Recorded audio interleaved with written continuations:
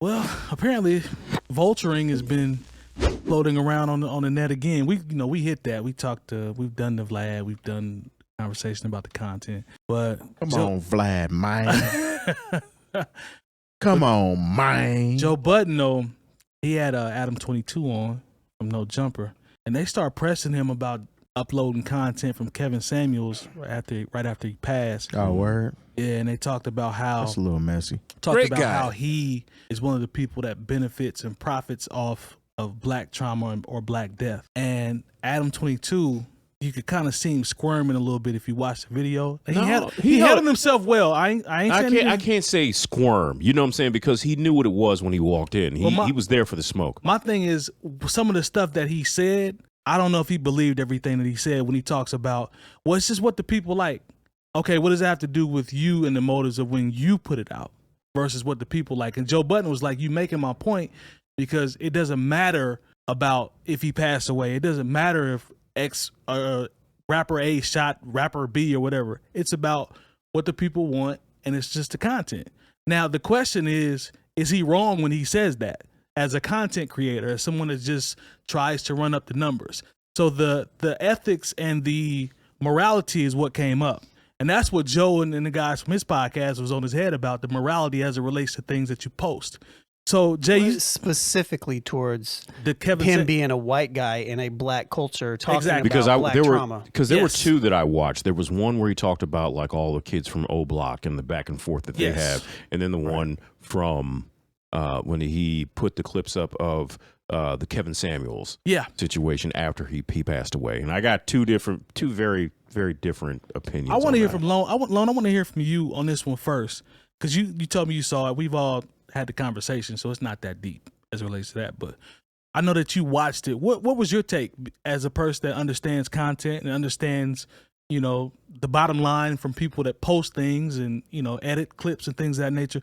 What were your thoughts in terms of how Adam handled it? Like, what were your takeaways? I think he handled it in general the best that he could. Mm-hmm. I don't think he came across, I don't know. I don't think he came across like he was like intentionally like an evil person necessarily.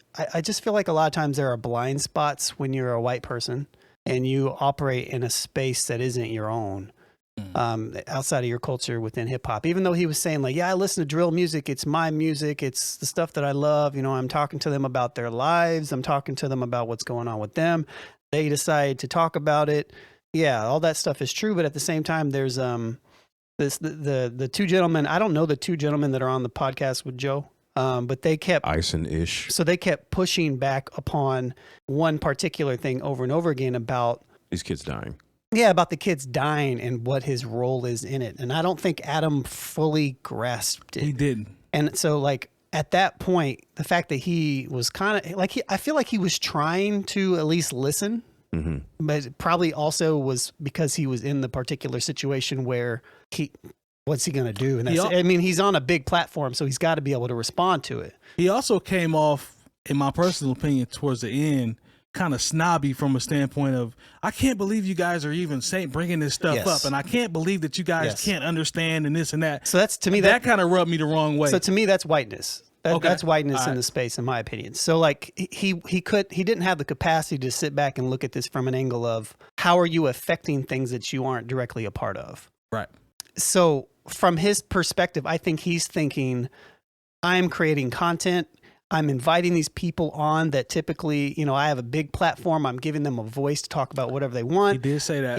It's my platform as well. I'm not intentionally out to try to exploit people, but I allow them to come on, and it's kind of like a trade-off, essentially, is what I kind of looked at it as. But as far as the main points that you said, Ison-ish, that they were trying to get at, I think that was missed on Adam. 100%. And I think that's why people will call 𝐷𝗛𝗏 a culture vulture, is because he doesn't understand those things. He doesn't understand why it's problematic for anybody to just, same as academics, to bring people on and just exploit black trauma, as they were calling it, in that aspect. Would you say, based off what you just said, do you think there's a piece of him that's willing to learn and try to understand? I don't buy it as genuine. I can't speculate on that. That's fair. I don't know, but yeah. I didn't, to me, when I was watching him, it just seemed like so many of my white brethren and ladies that seem to just not get it. Yeah. And so at that point, the thing that you just said really becomes moot because there's like a complete learning curve, understanding that's just not there. So the answer would be, yeah, maybe. You know, I don't know. But he's in such a position of power too. You know, he's got one of the biggest media companies out there. He can have anybody on. He can do anything he wants. What I noticed was one line that stood out to me was as it related to Kevin Samuels. He said, I mean, the reason I posted it is because that was his mission. That's the thing that he cared about the most. That's what people wanted to see him post. And I'm like, I don't know about that. Especially after Fam passed away. That sounds more like a numbers grab because he passed away and you know people are going to be searching for him versus you trying to make sure that you relay his message. I didn't buy that. No, that's definitely a numbers game. You know what I'm saying? That's, you see what I'm saying, I Terry? didn't even watch any of this, but that obviously a numbers game. If you've never talked about Kevin Samuels, he doesn't even fit your format. Right. No, And no, then but as soon as actually, he died- they cut. See, it was a long form interview that they had already done before he passed, and they had added a clips channel. You know, before he had passed, They being no jumper. being no jumper. Okay. And so they added the Kevin Samuels content that they had already shot and already had on their site as a full length interview, and put the clips up. Well, of I mean, of that interview. I dig that, but I'm just saying, hearing him hearing him say, well, that was his mission. That's what he cared about. Those were the things that he wanted to do. We just wanted to continue that on. I don't buy that. Honestly, I had no problem with that. Yeah, at all. I don't now buy that you that. say that he actually shot it with them, Yeah, right. he Okay. actually sat down and talked. You know, I had no mean, problem. That's their content at the end. And of you the know, It is their and when content. and I just remember there was some, you know, random. I don't know what, you know, because the thing is, they're now fame is just like if you got a pretty face, you're famous.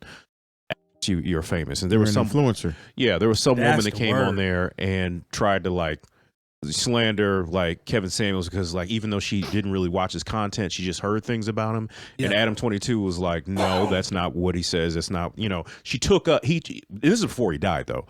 But you know, I just wanted to play white devil's advocate for a quick moment because I think about the time when Prince died.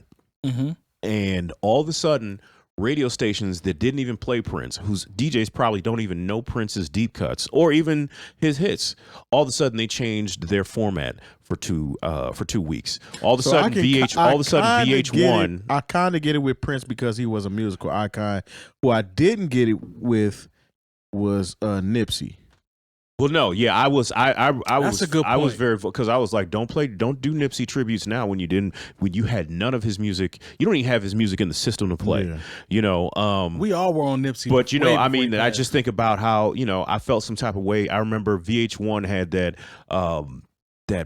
real bum ass Michael Jackson biopic where they had Flex Alexander and Whiteface. Trash. And but you know when he died, all of a sudden they're playing Moonwalker and Jackson's American Dream. They're playing that ad nauseum for 2 weeks. Yeah. You know, where you had been doing things to slander Michael Jackson up to that point, and then when he dies, all of a sudden you want to play his entire discography on your channel. Yeah. Even though it doesn't even fit the format anymore. So I had no problem with the whole Kevin Samuels thing because it's like, look, you knew people were interested, and honestly, if Kevin Samuels, since it was a one-man situation, like I guarantee you, if he actually had a production staff, they would be cutting up his clips and posting them. Now with the guys, all the kids from Chicago, I felt a different way about that because, you know, sometimes it's not really what they might say in the interviews, but they kept pointing out the way the clips were posted, the titles of Thumbnails and titles. yeah, Thank and you. so I could see where there would be, you know, like I said, I don't know these artists, so this is not on my radar. So when I hear exactly, you know, talking to so and so's mom and being on the block and this, that, and like that is that's a little bit disturbing to me. People don't understand. I don't think people understand the impact of thumbnails and titling for kids in today's era. How impactful that can be. How you might be able to. I don't want to say That's how incite a they're riot. used to, though. I mean, at the end, They used to it, but what I'm saying is I'm looking at it from the standpoint of kids just getting gassed off seeing it and then maybe going to, you know, act out certain things. I think they can be triggered by that easily because Off a thumbnail? bro, the thumbnails and the titling, like it's beef culture. Like all these videos are all negative. Every time they get put up. It's clickbait at the end of the day. That's what I was gonna get at. Yeah. The problematic issue is fantasizing of it, essentially. And that's something that academics does. That's something that 𝐷𝗛𝗏 kind of deals with too, is the whole fantasizing of it and making it look, what's the word I'm looking for? I don't know. They make it look provocative, essentially. Provocative, yeah. And it's not. It's life is not a video game at the end of the day. It's not about getting on YouTube and watching these videos and you seeing people that are dead and they aren't really dead. No, these people are dead. Right. You know what I'm saying? Based on the type of lives they live, and somebody is exploiting that. Not to mention, some of these rappers are exploiting themselves and getting themselves in trouble, but that's a conversation for another day. But the problematic part is actually posting that content when you have other things that you can talk about. That's the only thing that I see as the problem. But at the same, I respect that. Because imagine if all of a sudden we started interviewing these kids, and like we don't interview anybody, so don't try to hit us up for no interviews. But then it's like none of us really have any interest in that music. Right. You know, so if we were doing it, it would just be flat out exploitation. Like I don't like when I see the thumbnail, I don't click on it because I don't know FBG or FT. I'm not even trying to go into disrespect whatever all these letters stand for because I don't know who's out here. But if he sits down and is like talks about their musical project, but then he goes into this deep dive on it. There are people who are interested. Now, is it something that's still exploited? Because, once again, the way you put these thumbnails and the way you title things, because that's what we do here. Right. Sometimes the difference in, 100 views and, 10,000 views might be exactly what you put into the thumbnail. No, it's 100% that. Yeah. Yeah. And that wasn't my point, but yeah, I'm with you guys. Yeah. And so, at the same time, I'm not mad at him for playing the game with the algorithm, because that's that's what, honestly, if you're a content creator, that's what we're here to do. If you just write in sitting down with FBG so-and-so, like I said, not to be disrespectful, I just don't know the artist like that. Right. And and it has a nice picture of 𝐷𝗛𝗏22 and he won't even be on it. And then he won't even be in the picture. Yeah. And it's just like, I'm not going to do, like, if he's trying to drive traffic to his site and it's so many per click and this, that, and you're running a business, and even if you told him, okay, say 𝐷𝗛𝗏22, said Joe Budden, Ice-ish, the whole crew, you know what, you're right. I'm not going to post this content anymore. He won't do it. Yeah, but I'm just saying, but you know what? Somebody else will pick up. True. Somebody or 100%. there's somebody else will be like, I want that 100,000 clicks. It's disingenuous. I'll go ahead and take. It's a messed up argument. It's kind of like the same way people say, look, if I don't sell the drugs, they're going to buy them from somebody. Yeah. And now, unfortunately, that's where we are when we talk about creating content and clicks and shares and what it is, where the algorithm works. Because it's like, look, if you don't put these kids from 𝗏𝗏 or whatever, if you don't put them on your platform, they will go somewhere else, it's not going to stop. The genie is out of the bottle. It strikes me as, go ahead, Lon. I'm sorry. Go ahead. You could demonetize that. That's where I'm going. Yeah, because Dame Dash did talk about that. If it's something it's that's not specifically beat, then all of a sudden platform. you de-incentivize posting those types of videos. But then it's like the kids who actually want to get on there and talk about their art, it's like, well, I got an FBG in my name, so I can't even go sit down and talk to these people. It's disingenuous to me. This is my personal opinion. Just watching it. When I hear him say, "Oh, I listen to drill music every day. I love it. I love it. I love it." I would too if I had a financial gain. Thank you. If I had a financial gain that I could find a way to make some bread off of, because I know the beef between this artist and that artist, and I know 𝗏𝗏 and I know this and that. It don't strike me as genuine when he says, "Oh, I love drill music. That's one of my favorite things." I don't buy that. Well, what about back in the day before the internet and all this fly social media that everyone seems to be able to take it and run with it? I remember, and this is something that artists who were around at that time talked about, when Vibe magazine put Big and Puff on the cover, and it said East versus West. That was messy, and it was just like super that messy. Wasn't even so. And it's it's the same energy. Yeah, it definitely is. And it's like, and they've called them out on that on numerous occasions. Yeah. And so because the media pretty much are the ones that created the East and West Coast. So listen to 𝗏𝗏 talk about it. Yeah. But watch how mad now he get. it's like we want to get all mad But I'm like, once again, this same energy, like we have been exploiting the deaths of Biggie Smalls and Tupac for the past 25 years in some way, shape, or form. Because a lot of these people, like when you go to these art of dialogues, where you go to, 𝐀𝐁𝐿, all these, I'm not just to call out people to bring them into this argument, but think about all the people that get interviewed that would have no other reason to be interviewed except they just happen to be around during, this dude, Reggie Wright, and all these people used to work for Death Row or Bad Boy. Like, these people haven't done anything in the culture in 20, 25 years, but they get to sit down and do numbers just because they were around. And I'm not going to cap. When I see an interview that says, interview with Gene Deal for Bad Boy, I want to watch that. I'm not going to cap, so I'm not going to sit up here and preach and be like, I don't want to watch it. Those type things don't really bother me in a sense Kurt that Burrows. it's something that happened in the past versus perpetuating something to continue to go on. So if you're showing things that are going on in Chicago, so to speak, right now, which a lot of these outlets do, they are literally pitting these gangs against each other by putting this rapper up. This rapper talks about such and such. Here he is, blah, blah, blah. Then somebody in that crew ends up dead. Then we perpetuate by let's interview the people on the other side. So you're walking that thin line in between, playing the innocent role, but literally you're pitting people against each other. And people, whereas when it was like you're saying, they're exploiting it, but at this point in time, it's a story. You know what I'm saying? It's kind of like a movie, essentially. Mm-hmm. So you're getting down to the bottom of what happened back then versus creating newer issues and things that continue to go on. So I don't necessarily. I see exactly what you're saying. But also, I see where. And I see exactly what some of these young people put on their own situation. That's bad. And I'm like, how in Atlanta is killing them. And it's like, how is it that, like, I put up something that, about police brutality a couple years ago, and they Instagram didn't give me an opportunity to appeal it. They just took it off of my feed. Yeah. But like, you can see people pointing guns and talking about their ops in this street and that street.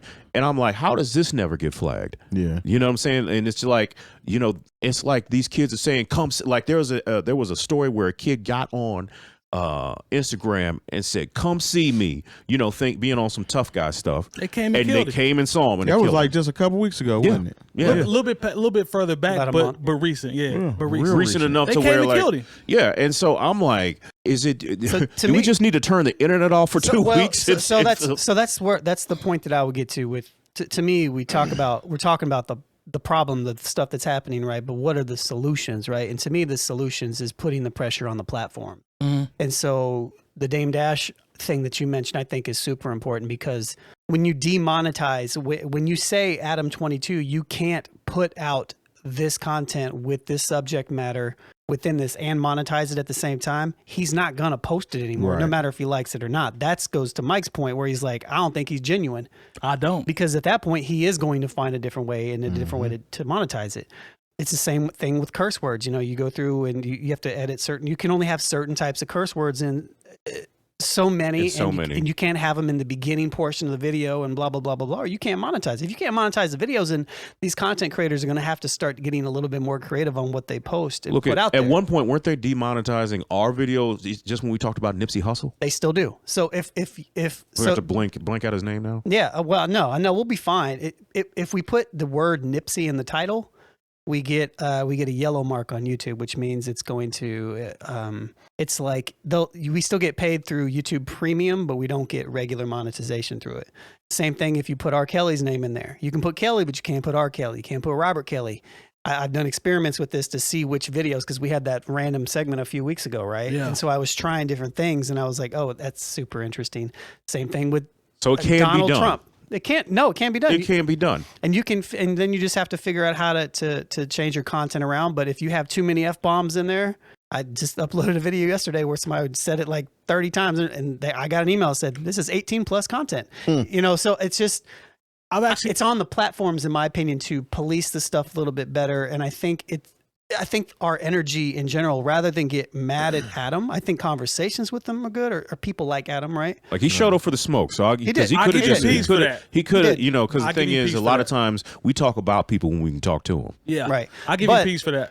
And I think those conversations are good and they're important to have. But if we really want things to change, we have to put pressure on the platforms. Right. YouTube, the TikToks, the Instagrams, the Mark Zuckerbergs, Mark Zuckerberger. Boosie, we see all that stuff. I think, Lone, what you just said is the point, because we see a lot of people start to change instantly if they took the monetization out. Academics, no jumper, we'll just use those two. A lot of stuff would change if they took that stance. The platform took that stance. Both of them, I just know it being a content creator. I know they found a niche for themselves, and they're like, I'm going all the way in. I'm going to milk it until they stop. And that's what they did, and they made a lot of money off of it. That's what all content creators do. Yeah. I mean, I do it too. And I don't even dislike No Not to that Jumper. extent. You know what I'm saying? I've watched No Jumper. I had no idea where he came from until recently. Yeah, but Yeah, I mean, It is it's what it just is. When it's you just interview a- somebody I know, like I said, I just don't. Whenever they interview some of these younger, I just don't know who they are. So it's never. Whenever I see it pop up, I'm not interested. Right. Terry, you made it, but your point to me is along with what we've all said. But your point about this one posting this, and then one dies, and then posting that on the other side, it's like The content never stops. the content never stops, but it also incites both sides of the cruise, in my opinion. yeah, it's Which like they're doing it on perpetuates what purpose. Terry talked about. Has it It, creates more going. creates more content That's for them. what I'm talking about. I understand, but you know That's what? what If I'm you talking want about. Heart of white supremacy. But also, if you were on the south side of Chicago, they could turn all the internet off, and on the south it's side still and the gonna west happen. side of It's still gonna Chicago, happen. It's still gonna and there's only there are solutions there that I don't know if I have the answer to. I don't know if anybody had the answer, they'd figure it out, because right now that violence is starting to move downtown and near the Bean.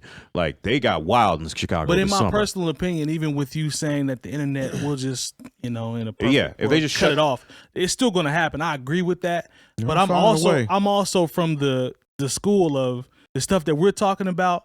Also has a bad influence and also heightens some of the things that will still continue to happen. That's my point. No, I'm not saying. You know what I'm I mean? not. I'm not trying to absolve anybody It of any amplifies it. responsibility, or say like Adam 22 should just keep putting these provocative thumbnails and titles into things. Yeah. But if Adam 22 said, I'm going to erase my channel, or I'm just going to talk about BMX or whatever they said that he taught BMX, and he talks to adult Corn. stars. He has a whole series. Yeah, Corn. if he Can't say said that I'm word. just Oh, sorry. 1035. Yeah, if that was the solution to kids not shooting each other on the south side of Chicago, I think he'd do that. Right. But unfortunately, Maybe. it's a much larger issue, and these kids were shooting each other when they had no smartphones. I'm with you there. We can't absolve ourselves in the black community, especially in Chicago. We cannot absolve ourselves from what actually happened. So I agree with that. I'm just saying they put if a we little want battery in it. I know on if we this want to, YouTube you could stuff. say there's a battery to it, but you know what, like. What's the systemic change that's going to happen? Yeah, That's the what is question. it? Are they going to what are they going to stop shutting down the fact that they closed all these projects and sent these people to different sides when you knew that he didn't get along with these people on this side, and Yeah. Right.